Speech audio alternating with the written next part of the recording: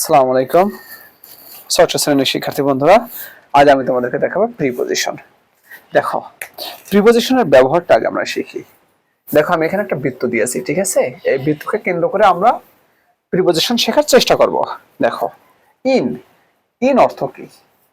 In যদি হয় সেটা হলো কি ভিতরে, ভিতরে বোঝাতে ইন বসে, ভিতরে, তাই না? যেমন দেখো, কেমন হতে পারে?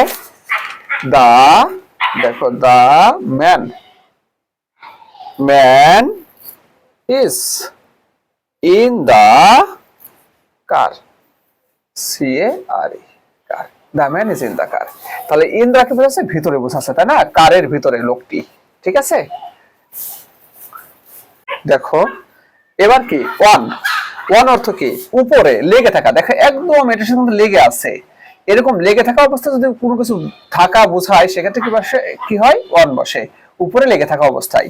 তাহলে যেমন দেখো, the pen is on the book, মানে কলমটি বইয়ের উপরে, উপরে কি লেগে আছে, ঠিক আছে? এরকম বোঝাতে কি বসে? তারপর হচ্ছে আমাদের কি অ্যাভাব। অ্যাভাব অর্থ কি? অ্যাভাব অর্থ হচ্ছে বেশি উপরে, মানে আমার থেকে অনেক উপরে যদি থাকে সেক্ষেত্রে অ্যাভাব ব্যবহৃত হয়। যেমন দেখো, the sky is অ্যাভাব our head, the sky is অ্যাভাব our head, মানে আমাদের মাথার উপরে। মাথার কত উপরে? অনেক উপরে, সেক্ষেত্রে কি বসে? অ্যাভাব বসে।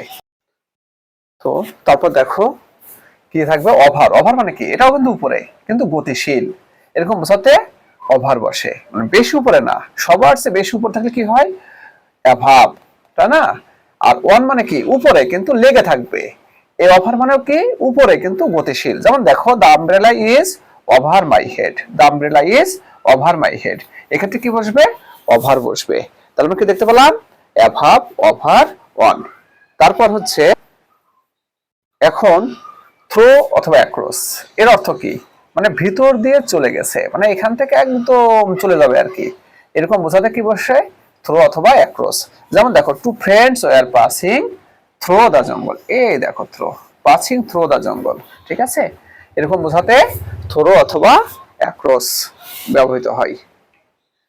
দেখো, we went there across the river, ঠিক আছে?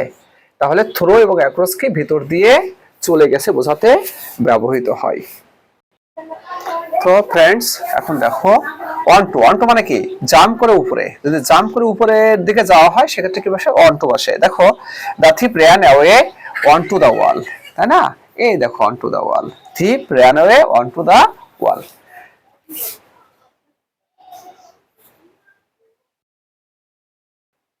ফ্রেন্ডস, এখন দেখো, ইনটু মানে কি? ইনটু হচ্ছে ভিতরে প্রবেশ করা। ধরো কোনখান থেকে ভিতরে প্রবেশ করলে এটা ইনটু, আবার যখন বের হয়ে যাও তখন কি হবে? আউট অফ হবে। ভিতর থেকে বের হয়ে যাওয়াটাকে আউট অফ। দেখো, the teacher entered into the class, এই দেখো, ইনটু দ্য ক্লাস মানে ক্লাসের মধ্যে শিক্ষক প্রবেশ করলো, ঠিক আছে? আর দেখো, the man came out of the room, came মানে কি? বের হয়ে আসলো, কোথায়? Out of the room, room থেকে, ঠিক আছে? তাহলে ইনটু মানে ভিতরে প্রবেশ, আর আউট অফ অর্থ হচ্ছে ভিতর থেকে বের হওয়া। তো ফ্রেন্ডস, এখন দেখো, আমরা অ্যাটের ব্যবহারটা দেখাচ্ছি। অ্যাটটা কখন বসে?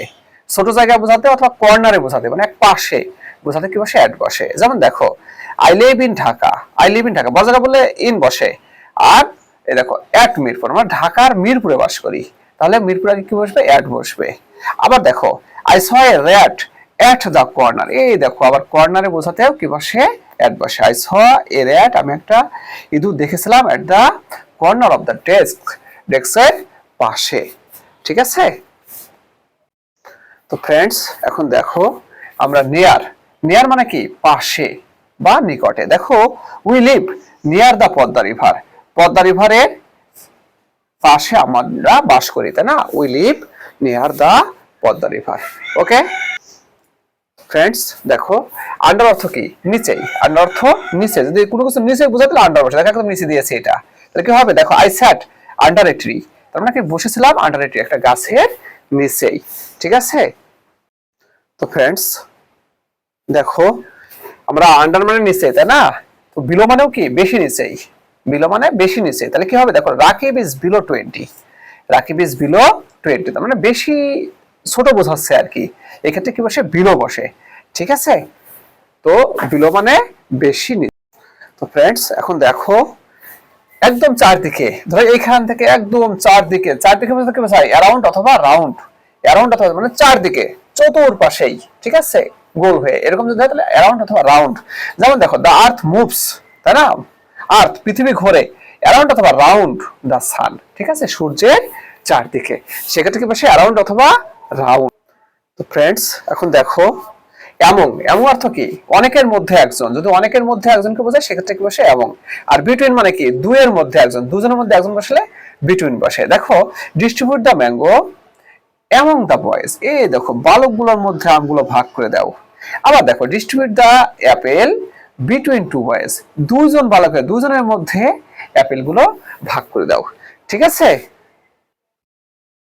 তো ফ্রেন্ডস এখন তোমাকে দেখাবে বিহাইন্ড এর ব্যবহার। বিহাইন্ড মানে কি? পিছনে, পিছনে বোঝাতে বিহাইন্ড বসে। দেখো my friend sat behind me, মানে আমার বন্ধু বসিয়া ছিল আমার পিছনে, ঠিক আছে, তাহলে বিহাইন্ড মানে পিছনে, ঠিক আছে, বিহাইন্ড অর্থ পিছনে। তো ফ্রেন্ডস দেখো এবার আমি অ্যালং দেখাচ্ছি। অ্যালং অর্থ কি? অ্যালং অর্থ হচ্ছে বরাবর গতিশীল বোঝাতে অ্যালং বসে। দেখো we walked along the road, তার মানে একদম বরাবর গতিশীল আমরা হেঁটে যাচ্ছি, এক্ষেত্রে কি বসে? অ্যালং বসে। ফ্রেন্ডস সর্বশেষ দেখো টু, টু মানে কি? নির্দিষ্ট দিকে যাওয়া। আর টুয়ার্ড মানে কি? এটাও নির্দিষ্ট দিকে যাওয়া, তবে নাও পৌঁছাতে পারে।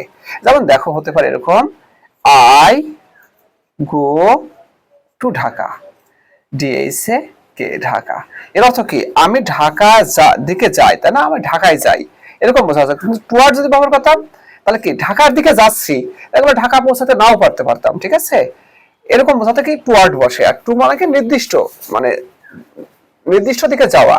আর টুয়ার্ড মানে কি? এটা নির্দিষ্ট দিকে যাওয়া, তবে নাও পৌঁছাতে পারে, মানে সেই গন্তব্যে পৌঁছাতে নাও পারে।